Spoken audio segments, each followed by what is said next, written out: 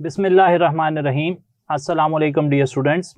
Welcome to the online NMD CAT session of Stars Academy Head Office Johor Town. Today we are going to start the state of matter which is known as liquid.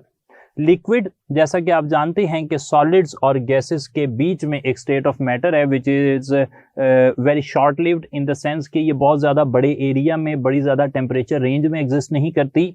Gases दुनिया में ज़्यादा common है, solids ज़्यादा common है, liquids are not that much common in this world. और इसकी वजह यह है कि liquids exist in a narrow range of temperature and pressure. बड़ा कम एरिया है जहाँ पर कोई चीज़ लिक्विड रह सकती है. अगर आप उसे ठंडा कर देंगे तो वो सॉलिडिफाई हो जाएगी और अगर आप उसे गर्म कर देंगे तो वो गैसियस फॉर्म में चली जाएगी. अच्छा, लिक्विड्स के बारे में जो चीज़ हमने सबसे पहले पढ़नी है, इट इज़ द प्रॉपर्टी या डिफरेंट प्रॉपर्टीज़ ऑफ लिक्विड्स की हमने बात करनी है. लिक्विड्स जो है ना, वो जैसा कि मैंने कहा कि एक इंटरमीडिएट स्टेट है बिटवीन गैस एंड सॉलिड, तो दरमियान में लिक्विड्स पाए जाते हैं. लिक्विड्स की डेफिनेशन से हम स्टार्ट कर रहे हैं. लिक्विड जो है वो स्टेट ऑफ मैटर है which has definite volume but no definite shape. Shape तो डेफिनेट नहीं होती लेकिन वॉल्यूम जो है वो यहाँ पर डेफिनेट होता है लिक्विड्स का. अच्छा, लिक्विड्स के बारे में एक बात आपने याद रखनी है जो सबसे इम्पॉर्टेंट है, वो ये कि इनमें जो इंटरमॉलिक्यूलर फोर्सेस हैं वो आर इंटरमीडिएट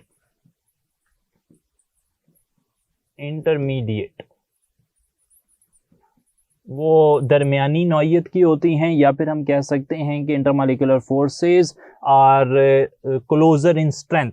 ये एक तो इंटरमीडिएट हैं, या फिर हम कह सकते हैं they are closer in strength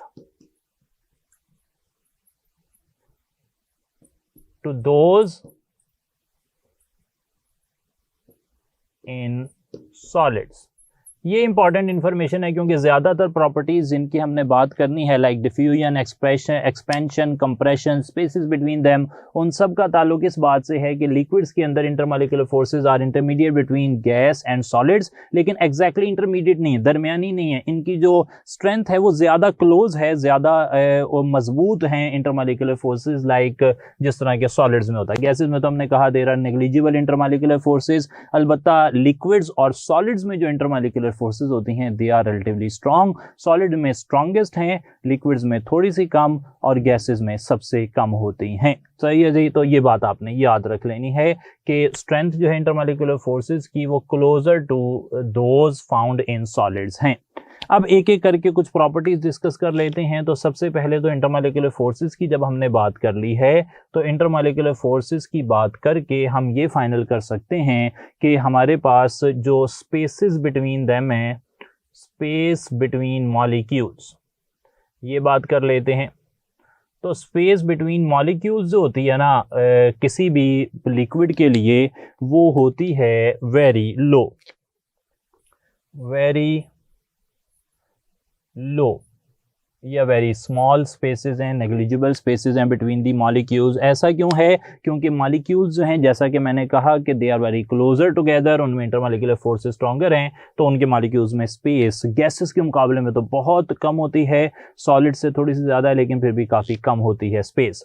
अच्छा, स्पेस कम होने की वजह से इनकी कंप्रेशन की अगर बात की जाए, क्या आप इन्हें दबा सकते हैं कि नहीं दबा सकते? तो कंप्रेशन जो है ना वो ऑलमोस्ट इम्पॉसिबल. आप ना पास्कल्स लॉ भी फिजिक्स में आपने शायद किसी क्लास में पढ़ा होगा. तो जब आप लिक्विड्स को दबाते हैं तो कंप्रेशन जो है ना, एक पार्ट दबता है तो दूसरे पार्ट से वो प्रेशर आगे शिफ्ट हो जाता है क्योंकि liquids are incompressible in a sense. तो कंप्रेशन जो है ना इनकी पॉसिबल नहीं होती. इसकी वजह यह है कि जो गैसेज हैं उनमें मॉलिक्यूल्स दूर दूर हैं, तो आप उन्हें कंप्रेस करते हैं तो उनके पास स्पेस है जिसमें वो वापस एक दूसरे के करीब आ सकते हैं. लिक्विड्स में मॉलिक्यूल्स वैसे ही बड़े करीब करीब हैं, उनमें इंटरमॉलिक्यूलर स्पेसेस हैं ही नहीं या ऑलमोस्ट ना होने के बराबर हैं, तो फिर उन्हें कंप्रेस करना भी जो है वो मुश्किल हो जाएगा. सही है जनाब. अब बात कर लेते हैं कंप्रेशन के बिल्कुल ऑपोजिट, एक्सपेंशन की बात कर लेते हैं. अच्छा, अगर बात की जाए एक्सपेंशन की तो लिक्विड के मॉलिक्यूल्स जो हैं उनमें ये प्रॉपर्टी पाई जाती है कि अगर टेम्परेचर को ज़्यादा किया जाए तो फिर उनके अंदर जो एक्सपेंशन है वो होती है। सही, टेम्परेचर ज़्यादा होगा तो एक्सपेंशन, उसे मैंने ई से लिख दिया, वो होगी। गैसें जो लिक्विड्स हैं वो भी एक्सपेंड करेंगे, लेकिन ये जो इफेक्ट है एक्सपेंशन का ये होगा वेरी लेस। सही है जी, in comparison to gases. Gases के मुकाबले में ये इफेक्ट उतना ज़्यादा नहीं होगा। गैसेस तो बहुत ज़्यादा एक्सपेंड करती हैं, टेम्परेचर बढ़ाने से उनका वॉल्यूम बहुत तेज़ी से बढ़ता है, लेकिन लिक्विड्स के केस में एक्सपेंशन उतनी ज़्यादा एक्सपोनेंशियली नहीं होगी, बल्कि यहाँ पे थोड़ी बहुत ही एक्सपेंशन होगी। एक्सपेंशन के अलावा अगर हम बात कर लेते हैं, एक और प्रॉपर्टी है उनकी, और वो है डिफ्यूजन। लिक्विड्स जो हैं वो डिफ्यूज़ भी कर सकते हैं। तो इनकी डिफ्यूजन की बात की जाए तो डिफ्यूजन जो है, अगेन हम कंपैरिजन करेंगे, सॉलिड्स में तो डिफ्यूजन का फिनोमेना एग्जिस्ट नहीं करता, लिक्विड्स और गैसेस में एग्जिस्ट करता है। तो डिफ्यूजन जो है अगेन मैं कहूँगा कि वेरी लेस है इन कंपैरिजन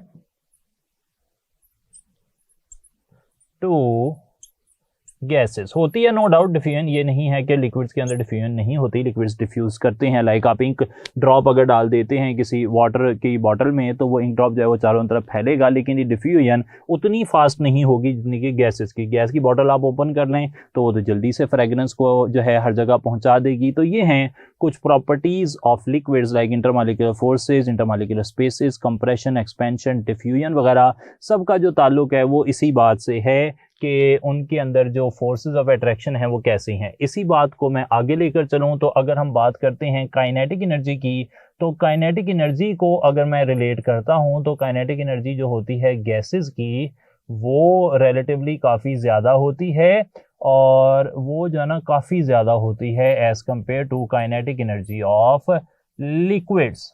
और काइनेटिक एनर्जी ऑफ लिक्विड जो है वो मतलब बहुत ज़्यादा फ़र्क नहीं होता, लेकिन फिर भी सॉलिड से ज़्यादा होती है। तो आप देख सकते हैं मैंने डबल एरो यहाँ पर लगाया है जो बताता है कि वेरी वेरी लार्ज है गैसेस की kinetic energy in comparison two liquids and solids.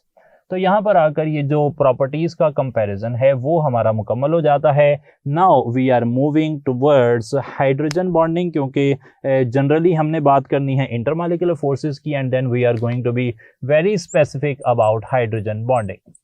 तो इंटरमॉलिक्यूलर फोर्सेस, लास्ट टाइम जो हमारा सिलेबस था उसमें इंटरमॉलिक्यूलर फोर्सेस की फर्दर डिटेल भी थी, लेकिन अब सिर्फ इंटरमॉलिक्यूलर फोर्सेस की हेडिंग है और उसके बाद हमने चलना है हाइड्रोजन बॉन्डिंग पर।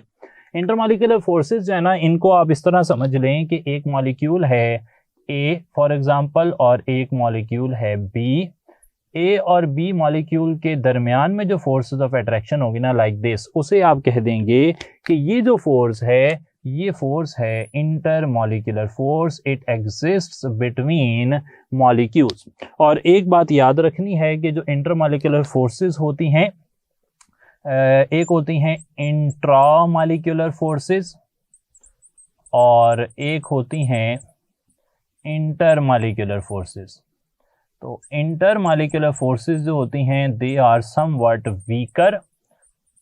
इंटरमॉलिक्यूलर फोर्सेस जो हैं ये स्ट्रेंथ में वीकर होती हैं इंट्रामॉलिक्यूलर फोर्सेस से। इंट्रामॉलिक्यूलर फोर्सेस में हम मिसाल दे देते हैं आयोनिक बॉन्ड की, हम मिसाल दे देते हैं कोवलेंट बॉन्ड की, हम मिसाल दे देते हैं कोऑर्डिनेट कोवलेंट बॉन्ड की। इसके मुकाबले में जो इंटरमॉलिक्यूलर फोर्सेस हैं उसमें हम मिसाल दे देते हैं हाइड्रोजन बॉन्ड की सबसे पहले, जिसकी डिटेल हमने देखनी है। इसके अलावा लंदन डिस्पर्शन फोर्सेस भी हैं। इसके अलावा हमारे पास हैं डाइपोल फोर्सेस, या फिर हमारे पास हो सकती हैं डाइपोल इंड्यूस्ड डाइपोल फोर्सेस। और डाइपोल इंड्यूस्ड डाइपोल फोर्सेस जो हैं इन्हें आप एक और नाम भी देते हैं और वो नाम होता है डिबाई फोर्सेस। तो ये जो सारी फोर्सेस है ना जिनका मैंने यहाँ पर जिक्र किया, इन सब को इंटरमॉलिक्यूलर फोर्सेस को अगर मिलाकर एक नाम दिया जाए तो आप इन्हें वैन डर वाल्स फोर्सेस भी कहते हैं। ये इंटरमॉलिक्यूलर फोर्सेस को आप एक नाम अगर देना चाहें तो ये नाम दे सकते हैं। फिलहाल we are only concerned about hydrogen bonding. Hydrogen bonding की अगर हम बात करें तो हाइड्रोजन बॉन्डिंग का जो कॉन्सेप्ट है ना, इसके लिए हमें कुछ कंडीशंस पता होनी चाहिए। हर मॉलिक्यूल हाइड्रोजन बॉन्डिंग नहीं कर सकता। मैं स्पेसिफिकली एग्जांपल्स के जरिए बात करूंगा कि कौन कौन से ऐसी स्पीशीज़ हैं जो हाइड्रोजन बॉन्डिंग करती हैं, कौन सी हाइड्रोजन बॉन्डिंग नहीं करती। तो हाइड्रोजन बॉन्डिंग के हवाले से अगर हम बात करें तो हाइड्रोजन बॉन्डिंग के लिए कंडीशंस जो है ना फॉर हाइड्रोजन बॉन्डिंग, ये दो हिस्सों में हम इन्हें डिवाइड कर लेते हैं। कंडीशंस दो हैं और उनमें से पहली कंडीशन हम जो लिख रहे हैं वो ये है कि हाइड्रोजन जो है मस्ट बी बॉन्डेड, हाइड्रोजन का बॉन्ड बना होना चाहिए विद फ्लोरीन, ऑक्सीजन, नाइट्रोजन और एटम ऑफ कंपेरेबल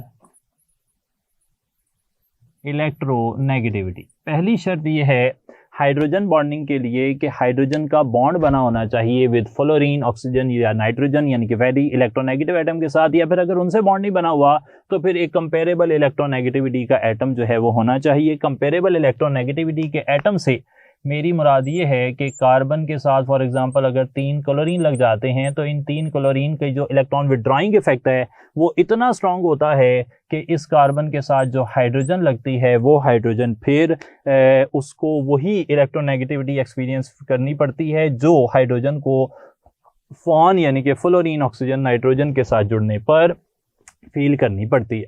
सही है जी। तो ये तो एक कंडीशन हो गई, एक कंडीशन से काम नहीं चलेगा, कंडीशंस हैं दो। और second important condition is FON. अच्छा, अब दूसरी कंडीशन के मुताबिक फॉन, कोई हाईली इलेक्ट्रोनेगेटिव एटम से काम नहीं चलेगा। फॉन मस्ट बी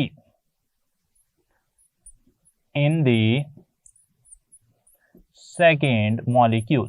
तो जिस मॉलिक्यूल के साथ इस मॉलिक्यूल ने हाइड्रोजन बॉन्डिंग करनी है उसमें फॉन होना ज़रूरी है।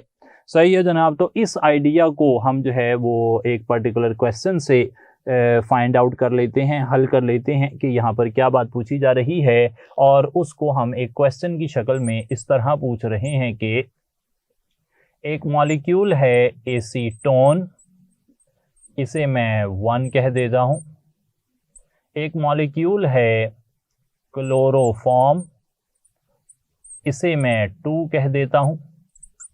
और एक मॉलिक्यूल है एंड, तीसरा हम लिख देते हैं कि हमारे पास है एसीटोन, क्लोरोफॉर्म, मिक्सचर। और एसीटोन क्लोरोफॉर्म मिक्सचर को मैं नाम दे रहा हूं 3। ठीक हो गई जी बात। अब सवाल ये है, have hydrogen bonding as follows. Acetone है, क्लोरोफॉर्म है और एसीटोन क्लोरोफॉर्म का मिक्सर है। अब इनमें से हाइड्रोजन बॉन्डिंग जो है वो किस पैटर्न पर एग्जिस्ट करती है। ऑप्शन ए हमारे पास ये है, अल्फा ऑप्शन हम ये बना रहे हैं, 1 and 2 हैव हाइड्रोजन बॉन्डिंग। या तो 1 और 2 में हाइड्रोजन बॉन्डिंग है, या फिर बीटा ऑप्शन ये है कि 2 और 3 में हैव हाइड्रोजन बॉन्डिंग, या फिर 2 और 3 में हाइड्रोजन बॉन्डिंग है, या फिर चार्ली ऑप्शन ये है कि 3 और 1 हैव हाइड्रोजन बॉन्डिंग, या 3 और 1 में हाइड्रोजन बॉन्डिंग है, या फिर डेल्टा ऑप्शन ये है ओनली 3 हैज़ हाइड्रोजन बॉन्डिंग, या फिर सिर्फ ये है कि जो थर्ड वाला है उसमें हाइड्रोजन बॉन्डिंग होगी। अच्छा, आप जानते हैं कि एसीटोन का मॉलिक्यूल जो है वो दिखने में कैसा नज़र आता है। एसीटोन का मॉलिक्यूल दिखने में नज़र आता है लाइक दिस। ये एसीटोन है और इसको एक और एसीटोन से अगर मैं जोड़ देता हूँ तो एक और एसीटोन यहाँ ऐसे बना लेते हैं लाइक दिस। ये आ गया CH3, ये आ गया CH3, 2 एसीटोन है हमारे पास। आप देख सकते हैं कि एसीटोन के लिए जो पहली कंडीशन थी, या हाइड्रोजन बॉन्डिंग की पहली condition, hydrogen must be bonded to fluorine, oxygen, nitrogen. यहाँ पर हाइड्रोजन फ्लोरीन, ऑक्सीजन, नाइट्रोजन में से किसी के साथ नहीं जुड़ा हुआ। या फिर an atom with comparable electronegativity, यहाँ पे हाइड्रोजन के साथ कार्बन है, उसके साथ फिर कार्बन है, तो यहाँ कोई बहुत ज़्यादा इलेक्ट्रोनेगेटिविटी जनरेट नहीं हो रही। तो आप यहाँ देख सकते हैं कि यहाँ पर हाइड्रोजन बॉन्डिंग की पहली कंडीशन पूरी नहीं हो रही, यानी कि एसीटोन में फिर हाइड्रोजन बॉन्डिंग, अगर एसीटोन एसीटोन से बॉन्ड बनाता है तो हाइड्रोजन बॉन्डिंग की कंडीशन पूरी नहीं होती। इसी तरीके से अगर हम क्लोरोफॉर्म को देखते हैं तो क्लोरोफॉर्म का जो मॉलिक्यूल है, अगर क्लोरोफॉर्म का मॉलिक्यूल मैं यहाँ पर ड्रॉ करता हूँ तो Cl Cl Cl H, यहाँ पर जो पहली कंडीशन है वो क्या है कि हाइड्रोजन फॉर्म से जुड़ा हो या कंपेरेबल इलेक्ट्रोनेगेटिविटी वाले एटम से। मैंने कहा था कि क्लोरोफॉर्म में कंपेरेबल इलेक्ट्रोनेगेटिविटी वाला एटम जो है वो कार्बन यहाँ पर बन गया है, क्योंकि 3 क्लोरीन बहुत ज़्यादा इलेक्ट्रॉन पुल लगाते हैं।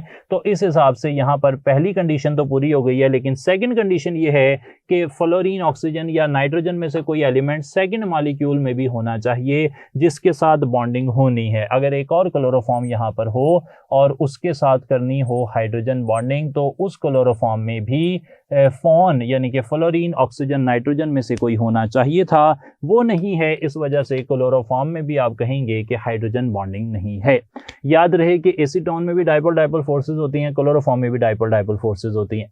अब आ गया acetone chloroform mixture. Acetone chloroform mixture की बात की जाए तो जो पहली कंडीशन है हमारी क्लोरोफॉर्म के अंदर हाईली इलेक्ट्रोनेगेटिव एटम की, वो यहाँ पर पूरी हो गई। क्लोरोफॉर्म में फर्स्ट कंडीशन पूरी हो रही है, और जब क्लोरोफॉर्म एसीटोन से बॉन्ड बनाएगा तो एसीटोन में फॉन यानी कि फ्लोरीन, ऑक्सीजन या नाइट्रोजन में से कोई एटम मौजूद है, तो यहाँ पर एक बॉन्ड जो है वो बन सकता है, और ये जो बॉन्ड है ये हाइड्रोजन बॉन्ड हो सकता है।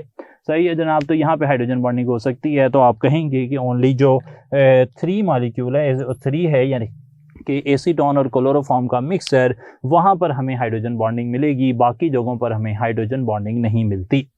इसके साथ ये हिस्सा हमने फाइनल कर लिया। अब एक और देख लेते हैं, मॉलिक्यूल है, उस मॉलिक्यूल को देख लें।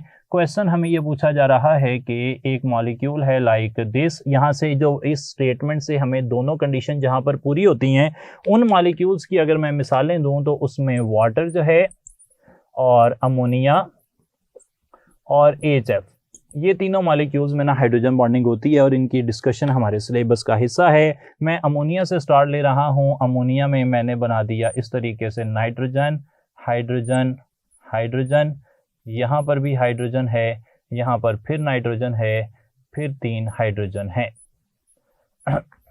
सवाल ये पूछा जा रहा है कि आपके पास ये है 1 बॉन्ड, ये है 2 बॉन्ड, ये है 3 बॉन्ड, ये है 4 बॉन्ड, और सवाल ये है कि which of these is hydrogen bond. इनमें से हाइड्रोजन बॉन्ड जो है वो कौन सा है, 1 है या B2 है या फिर चार्ली जो है वो 3 है या फिर डेल्टा जो है 4 है। तो इनमें से कौन सा सही है।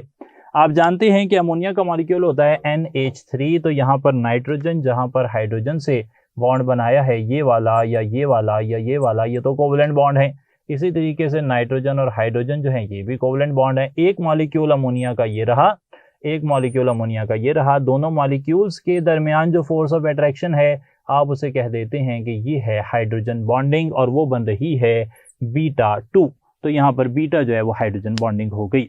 अब हमने चलना है, आखिरी आज की बात है जिसमें हम डिस्कशन करेंगे वाटर, अमोनिया और HF में हाइड्रोजन बॉन्डिंग की। पास पेपर के सवाल देखेंगे और पर्टिकुलरली इन्फ्लुएंस देखेंगे वाटर का अपॉन हाइड्रोजन बॉन्डिंग का upon water and formation of ice. Water, HF और अमोनिया में हाइड्रोजन बॉन्ड्स पर मॉलिक्यूल और स्ट्रेंथ ऑफ हाइड्रोजन बॉन्ड को कंपेयर कर लेते हैं आगे चलने से पहले। तो वाटर के अंदर आपने याद रखना है कि पर मॉलिक्यूल 2 हाइड्रोजन बॉन्ड पाए जाते हैं, because oxygen has 2 lone pairs, और दोनों लोन पेयर्स को वो हाइड्रोजन बॉन्ड बनाने में इस्तेमाल कर सकता है। HF की बात करें तो although it has 3 lone pairs, लेकिन इसके साथ क्योंकि सिर्फ एक हाइड्रोजन है इसलिए ये सिर्फ एक ही हाइड्रोजन बॉन्ड बना सकता है। इस हाइड्रोजन को कोई और फ्लोरीन, किसी और HF मॉलिक्यूल का अपने साथ अट्रैक्ट कर सकता है और हाइड्रोजन बॉन्डिंग बन सकती है। यहाँ पर HF में जो स्ट्रक्चर है वो लाइक दिस जिगजैग स्ट्रक्चर जो है वो बनता है, और ये एंगल अप्रोक्सीमेटली 120 डिग्रीज का होता है। इसके मुकाबले में अमोनिया की बात की जाए तो अमोनिया के पास क्योंकि हाइड्रोजन 3 है लेकिन लोन पेयर सिर्फ एक है और वही हाइड्रोजन बॉन्डिंग में इस्तेमाल हो सकता है, तो हाइड्रोजन बॉन्डिंग यहाँ पर भी एक होती है। तो नंबर ऑफ हाइड्रोजन बॉन्ड्स पर मॉलिक्यूल वाटर में मैक्सिमम है, और वाटर में हाइड्रोजन बॉन्ड्स मैक्सिमम होने की वजह से ही, क्योंकि याद रखना है आपने कि जो इंटर मॉलिक्यूलर फोर्सेस होती हैं, ना सिर्फ हाइड्रोजन बॉन्डिंग बल्कि बाकी भी इंटर मॉलिक्यूलर फोर्सेस जितनी भी ज़्यादा हो जाएं, उतना ही जो थर्मोडायनेमिक पैरामीटर्स हैं, थर्मोडायनेमिक पैरामीटर से मेरी मुराद यहाँ पर है melting point, boiling point, heat of fusion, heat of vaporisation वगैरह, उन सब की वैल्यू ज़्यादा होती जाती हैं। तो जब हम कहते हैं कि वाटर के अंदर जो नंबर ऑफ हाइड्रोजन बॉन्ड्स हैं पर मॉलिक्यूल वो ज़्यादा हैं, तो ओवरऑल यहाँ पर जो हाइड्रोजन बॉन्डिंग का एक्सटेंट है, हाइड्रोजन बॉन्डिंग पर मॉलिक्यूल को ना एक और नाम भी दे सकते हैं, एक्सटेंट ऑफ हाइड्रोजन बॉन्डिंग। तो एक्सटेंट ऑफ हाइड्रोजन बॉन्डिंग ना वो ज़्यादा है सबसे किसके अंदर, इस बात को मैं एक्सप्लेन करता चलूँ। वैसे तो यहाँ से क्लियर हो रहा है कि वाटर में है, तो फिर इसको मैं दोबारा लिख लेता हूँ। एक हो गया एक्सटेंट ऑफ हाइड्रोजन बॉन्डिंग, और एक्सटेंट ऑफ हाइड्रोजन बॉन्डिंग में हमने कह दिया कि जो वाटर होता है वो HF से बेहतर है। और एक आगे स्ट्रेंथ ऑफ हाइड्रोजन बॉन्डिंग। अब क्योंकि फ्लोरीन और हाइड्रोजन का बॉन्ड सबसे ज़्यादा इलेक्ट्रोनेगेटिव है, तो इलेक्ट्रोनेगेटिविटी डिफरेंस वाला है, इसलिए हाइड्रोजन पर पार्शियल पॉजिटिव सबसे ज़्यादा, फ्लोरीन पर पार्शियल नेगेटिव सबसे ज़्यादा। तो यहाँ जो हाइड्रोजन बॉन्ड बनेगा वो सबसे ज़्यादा स्ट्रेंथ वाला होगा, यानी कि ये फर्स्ट पर इसकी स्ट्रेंथ आती है। दूसरे नंबर पर इलेक्ट्रोनेगेटिविटी डिफरेंस वाटर में है, तो उसकी strength of hydrogen bonding second number पर, और अमोनिया में ये थर्ड नंबर पर आती है स्ट्रेंथ ऑफ बॉन्डिंग। तो extent of hydrogen bonding water की HF से ज़्यादा है, HF अमोनिया में कोई हमें डिफरेंस नहीं नज़र आ रहा। लेकिन अगर बात की जाए स्ट्रेंथ ऑफ हाइड्रोजन बॉन्ड की, तो स्ट्रेंथ ऑफ हाइड्रोजन बॉन्ड जो होता है ये ज़्यादा होता है, HF की सबसे ज़्यादा है, उसके बाद वाटर है, और उसके बाद अमोनिया होती है। एक बॉन्ड की बात की जाए, लेकिन ओवरऑल क्योंकि वाटर में 2 बॉन्ड होते हैं पर मॉलिक्यूल, तो फिर उसका जो इम्पैक्ट है वो हमें नज़र आता है on the boiling point of compounds. तो बॉइलिंग पॉइंट ऑफ कंपाउंड्स में हमें ये देखने को मिलता है कि वाटर में क्योंकि 2 बॉन्ड हैं पर मॉलिक्यूल, तो उसका बॉइलिंग पॉइंट HF से ज़्यादा हो जाता है, और HF में क्योंकि स्ट्रेंथ ऑफ बॉन्डिंग ज़्यादा है, एक्सटेंट एक जैसा है, HF भी एक बॉन्ड बना रहा है, अमोनिया भी एक बॉन्ड बना रही है, लेकिन HF के अंदर जो बॉन्ड की स्ट्रेंथ है वो ज़्यादा है, इसलिए उसका बॉइलिंग पॉइंट ज़्यादा इम्पैक्ट होता है। वाटर का बॉइलिंग पॉइंट हमें मिलता है 100 डिग्री सेंटीग्रेड, और HF का 19 डिग्री सेंटीग्रेड, और अमोनिया का -33 डिग्री सेंटीग्रेड, जो कि आपको नज़र आ रहा है कि इस सीरीज़ में कम हो रहा है, जिस सीरीज़ में जो हाइड्रोजन बॉन्डिंग का ओवरऑल इम्पैक्ट है वो कम हो रहा है। अच्छा, यहाँ से ही एक सवाल यहाँ देख सकते हैं आप, हमने यहाँ बना लिया है, और सवाल ये था कि ये पास पेपर का सवाल है जी, हमने जो सवाल लिखे हैं वो पास पेपर्स से हैं, और वहाँ पर सवाल ये था कि strongest hydrogen bond is found in, तो मिलते जुलते नामों से सवाल था। तो सवाल ये था कि 4 ऑप्शन है, इनमें से सबसे स्ट्रॉन्ग हाइड्रोजन बॉन्ड जो है वो कौन सा है। मैंने कहा इलेक्ट्रोनेगेटिविटी डिफरेंस सबसे ज़्यादा हाइड्रोजन और फ्लोरीन की है, तो उसमें हाइड्रोजन बॉन्ड की जो स्ट्रेंथ है वो सबसे ज़्यादा होगी। तो यहाँ पर आपने चार्ली ऑप्शन कर लेना था।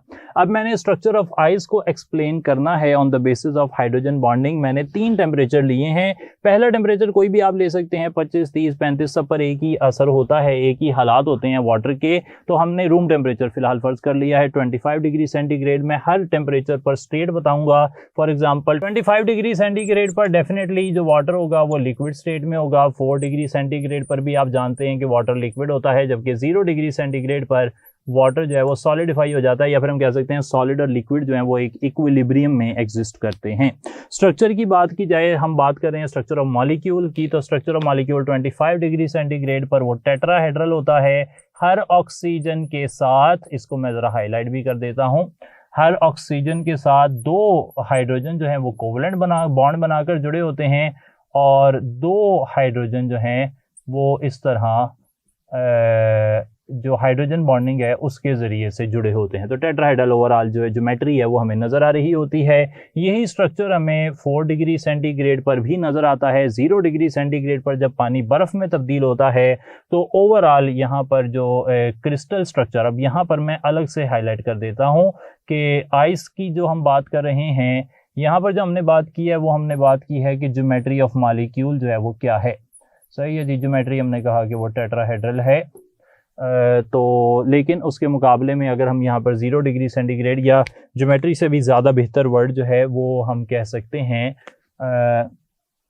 ओवरऑल अरेंजमेंट ज़्यादा अच्छा है, क्योंकि ज्योमेट्री हम जब आगे केमिकल बॉन्डिंग में जाएंगे तो इसका मतलब जो है वो थोड़ा सा और भी हो सकता है। चलें इसे ऐसे कर लेते हैं। Overall arrangement of electron pairs जो है ना उसकी बात चल रही है, तो वो टेट्राहेड्रली इलेक्ट्रॉन पेयर्स अरेंज होते हैं जब वाटर लिक्विड में होता है, चाहे 25 पर हो चाहे 4 डिग्री पर हो। जब पानी 0 डिग्री सेंटीग्रेड पर आता है, सॉलिड हो जाता है, तो उस वक्त जो हम बात कर रहे हैं वो हम बात कर रहे हैं कि उसका क्रिस्टल स्ट्रक्चर कैसा है, क्रिस्टल लैटिस का स्ट्रक्चर कैसा है। तो याद रखना है कि जो आइस है उसका क्रिस्टल स्ट्रक्चर हेक्सागोनल होता है, हेक्सागोनल क्रिस्टल स्ट्रक्चर होता है।